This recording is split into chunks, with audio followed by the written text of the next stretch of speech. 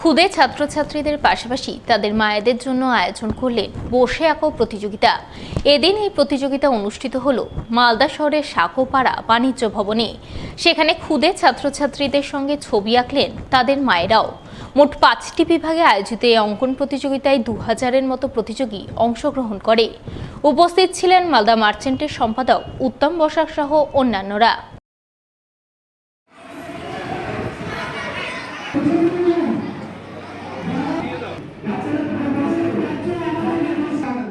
স্বাধীনতা দিবস উপলক্ষে প্রতি বছর 15 আগস্টে আমরা বসে আঁকো প্রতিযোগিতার অংশগ্রহণ করি। Malda merchant chamber of commerce সমস্ত স্কুলে বাচ্চাদেরকে নিয়ে বসে আঁকো প্রতিযোগিতা অংশগ্রহণ করায় এবং ক বিভাগ থেকে শুরু করে অঙ্ক বিভাগ থেকে শুরু করে আমরা 5টা বিভাগের 11 ক্লাস অব্দি আমরা এই অঙ্কন বিভাগে অংশগ্রহণ করাই।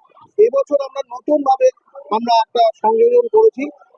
যে সকল বাচ্চারা অংশগ্রহণ করছে বসে আঁকো প্রতিযোগিতা, তাদের মায়েদের জন্য আমরা বসে আঁকো প্রতিযোগিতার একটা আয়োজন করেছি। শুক্রবার মালদা শহরের এক স্বেচ্ছাসেবী সংস্থার পক্ষ থেকে ভারতের ৭৯তম স্বাধীনতা দিবস উদযাপন করা হলো সাড়ম্বরে। দিনটি উপলক্ষে সংস্থার সদস্যরা মিলে প্রথমে জাতীয় পতাকা উত্তোলন করেন। এরপর মালদা শহরের ফোয়ারা মোড় এলাকায় এক বেসরকারি লজে আয়োজন করেন এক মেগা আর্ট কম্পিটিশন। এই কম্পিটিশনে বহু ছাত্রছাত্রী অংশগ্রহণ করে, যাকে কেন্দ্র করে আনন্দ মুখরিত হয়ে ওঠে আর্ট কম্পিটিশন কক্ষ।